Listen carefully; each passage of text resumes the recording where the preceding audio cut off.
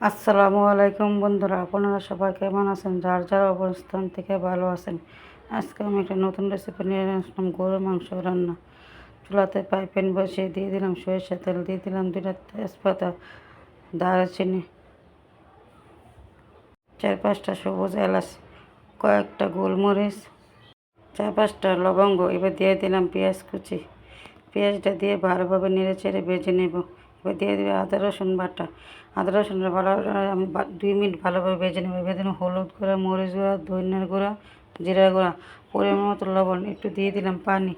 এবার মশলাটা পুড়ে যেন না যায়, এবার ভালোভাবে 5 মিনিট কষিয়ে নেব। যারা আমার চ্যানেলে এখনও নতুন বন্ধু আছেন, এখনও চ্যানেলটি সাবস্ক্রাইব করেন না, চ্যানেলটি সাবস্ক্রাইব করে দেবেন।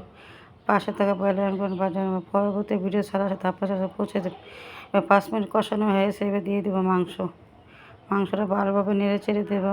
দেখেন মাংস থেকে পানি ছেড়ে দিচ্ছে। এবার ঢাকনা দিয়ে আরও 5 মিনিট কষিয়ে নেব। আবার ঢাকনা খুলে আবার একটু নেড়ে চেড়ে দেবো।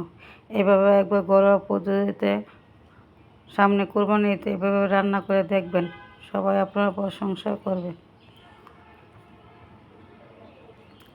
দেখেন আমার মাংস কষানো হয়ে গেছে, কালারটা কত সুন্দর এসেছে। এভাবে একবার রান্না করে দেখুন।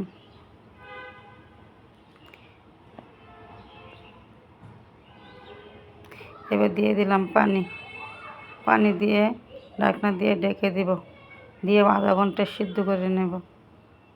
ঢাকনা খুলে আবার নেড়ে চেড়ে দেব, দিয়ে 4-5টা কাঁচামরিচ দিব ফ্লেভারের জন্য, দিয়ে আবার ঢেকনে দিয়ে আবার 10 মিনিট সিদ্ধ করে নেব।